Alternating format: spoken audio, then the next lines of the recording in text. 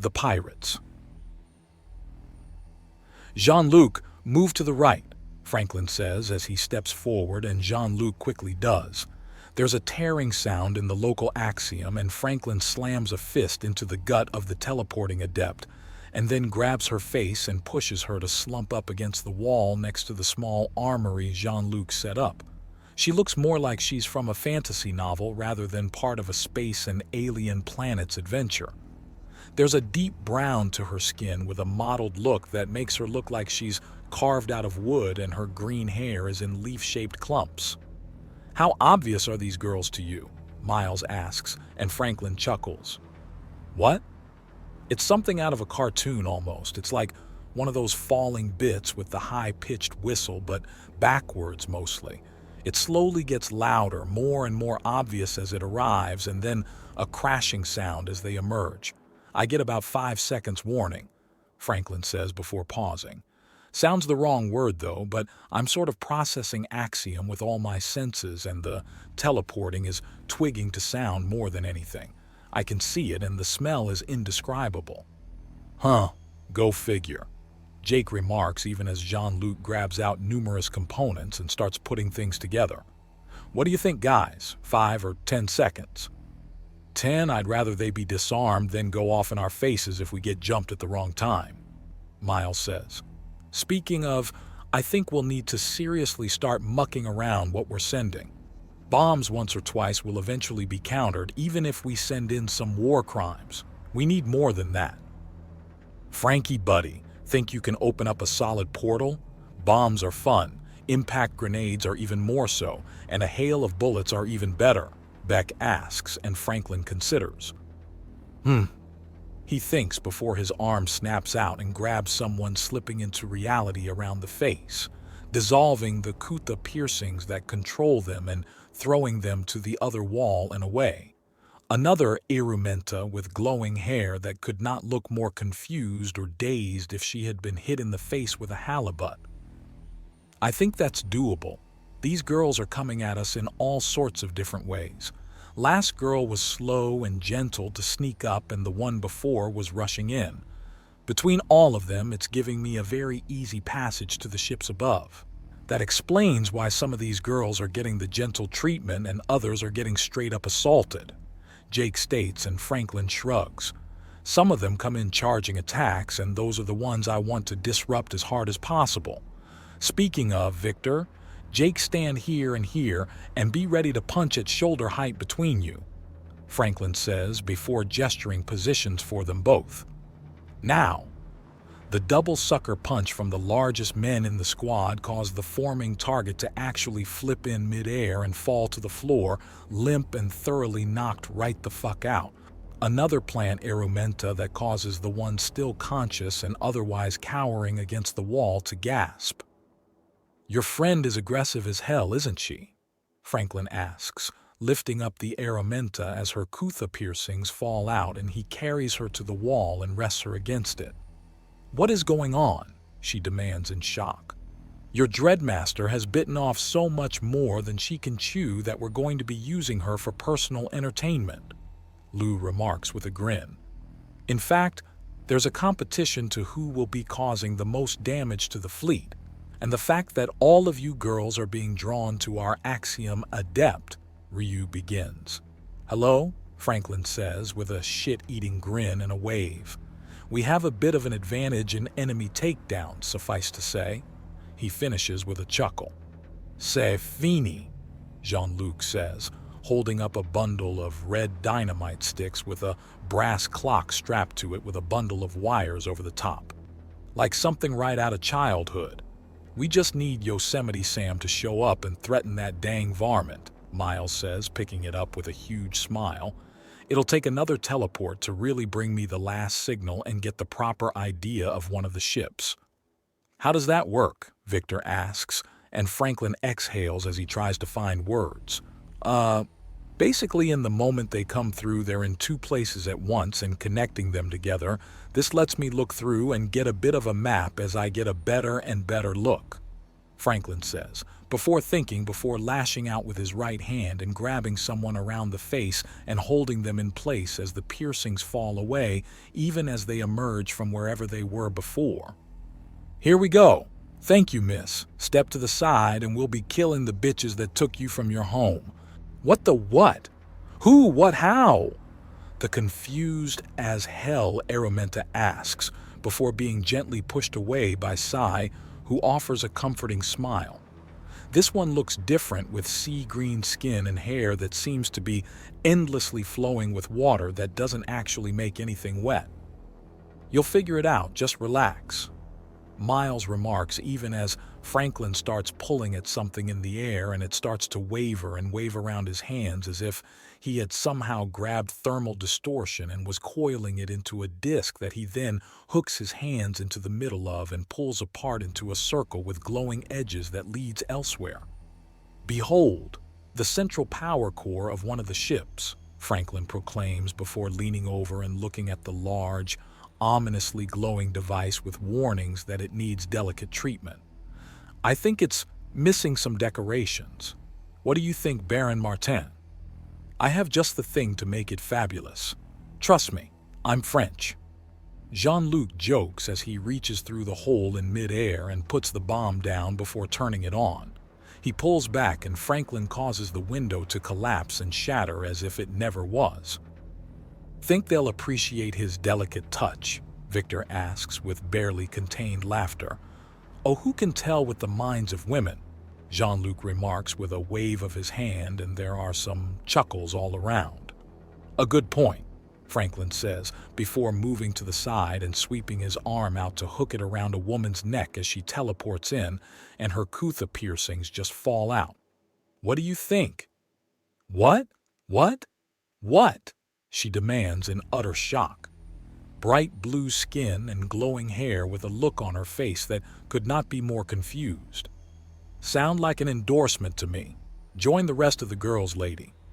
Miles jokes before giving the woman a serious look and gesturing to the slowly growing crowd of freed Araminta. "We need to hit them again. Franklin, can you single out who the leaders might be? I'd like to give them some Russian courtesy," Victor asks, and Franklin thinks. "I'll need another. Hold on a moment," Franklin says before rushing towards Victor and jumping to drop kick someone forming out of nowhere into his arms, and he puts the enslaved adept into a bear hug as Franklin rises back up and boops her in the nose. Victor shifts his grip and gets her walking towards the other Araminta. "What just happened?" she asks her sisters, who look baffled. "All right, I got a good ping. A trinity of higher-end Axiom users that didn't seem to have the piercings. You'll need to give me a second to scan. If there are more slaves, I'll tell you." "Merely open the portal and I will grant you the time you desire," Victor says, and he unslings his rifle. The large weapon could easily clear a room no matter who or what is in it, and it still looks small on the large man. "All right, you asked for it," Franklin says, gathering up the flowing energies again, and then instead of forming a disc, he tosses it up and down simultaneously, and he pulls it apart like a pair of curtains from the opposite side. The three masters of the Oregas start and stare as reality parts in front of them, with the Axiom dancing like a set of curtains. They prepare to attack when a man steps through a hole in reality, a Tret bulging with muscle and a jaw so chiseled that they go weak in the knees. He has what looks like a weapon, but it's clearly deactivated without a lick of Axiom in it. Or him, smart man, must have surrendered fully. There's an enormous amount of their Araminta Axiom users on the other side, so this must simply be the first of the spoils. They can scarcely keep from drooling at the sight of him. "Privyetstvuyu vas. I am Victor by name and by nature." He introduces himself in a foreign tongue that drives his voice into a deep rumble that sends a thrill of naughty thoughts through their heads. "Anything else to say?" one of them asks. His voice alone is pleasure. Even after they have their fun with him, he's going to sell ludicrously high. "Prashai." Victor responds, and he opens up on full automatic and sweeps all three of them. "The hell did you even say?" Beck asks as Victor steps backwards through the portal and Franklin lets it close. First was a formal greeting, then was a way of saying both goodbye and forgive me. It is said only if you think you will never see the other again. Appropriate, Miles remarks. Franklin, what happened? That worked far too well. They should have done something. They're kind of giving us camouflage. Franklin begins before he steps back and holds his hand out. Another Araminta runs into it and her piercings fall out and rain onto the floor. He then guides her to be with the others in their confusion. She's another fire type, bright blue skin and glowing burning hair. Was that an example? The presence of the piercings and the Arumenta together make the area feel like some place under their control when they get here. That's why most of them aren't expecting a fight, and why when I open portals, they don't expect one from us. They can sense this as the highest axiom concentration, so their plans are working against them in a big way. Yay, actually. Pile onto the biggest concentration of axiom and drag it off-world to be pierced or killed. The latest Araminta says, and Franklin turns to her with a grin. We finally find a brave one? Finally nothing. We've been at this for a half-hour tops, Miles remarks before pulling out his communicator. Which reminds me, ma'am, if you're willing to give us information on what's where on the ships of the slavers, then we can tear them apart before they even know what's hit them. That, and we get to win our little contest, no question, Marcus says as Miles is somewhat occupied with a quick but whispered conversation. His tone is incredibly smug, though. Contest? The freed slave asks in shock. We're racing our wives on who can do the most damage to the invading fleet, Miles says as he hangs up. And we're currently ahead, but it might not last. One of the 5 ships is on emergency power and is slowly drifting into an unstable orbit. At this rate, it'll crash into the ocean in a week. Ha! Jean-Luc cheers and gets a high five even as Franklin palms the face of another incoming adept, and she just staggers to a stop and stares at the madness she's suddenly in. The sudden loss of her controlling piercings taking all the momentum out of her sails. What is going on? Progress, ma'am. Progress. Stand with the others, please, Miles says, gesturing to the growing crowd nearby. Jean-Luc, we could use your touch again. This time I want you to splurge. All right, give me a minute or two and we'll pop another ship's power core, Jean-Luc remarks. What do you think? Some plastic surgery on the next one? Well, the girls around the galaxy look like they've been worked over by a master of the craft. May as well give the ships the treatment, too. Miles replies as Franklin reaches out and grabs a forming Araminta by the back of the head and gets her staggering to the others. They must have hit an entire colony of you women. They did. The brave one remarks and Miles nods. This'll be over soon enough, Franklin assures them. Especially since I got another good look into another ship. Who wants to be our shooter? Hang on a second, Jake says, stripping his shirt off to show off his wife-beater underneath, and ties a bandana around his bicep while putting a cap on backwards. I thought you left the hood behind. Miles rebukes him and he chuckles. You may leave the thug life, but it don't leave you, Jake says with a chuckle as he adjusts his pants to show half a foot of underwear and pulls them out of the boots to complete his transformation from respectable soldier to gangster. I need another pistol. He's handed Miles's sidearm and tucks it into his pants to the man's visible disgust. Oh, relax, you know I'm clean. It's the principle of the thing, Miles responds. You ready? Franklin asks as he catches the face of another Arumenta who freezes totally as her piercings fall away. At his gesture, she tiptoes away and out of the group. Hit me, bro, Jake says with a huge grin. I need gold foil for my teeth or something. Should have thought of that before now, Franklin says as he causes reality to waver and then parts it like a curtain. Jake swaggers through to see a woman, almost human-looking, turn to regard him. Well, this is our first major spoil? All dressed up for me? she purrs. Sup, Biatch? You're the one running round the hood trying to slap brothers in chains? Jake asks. And there's a repressed groan from the team's side of the portal. What?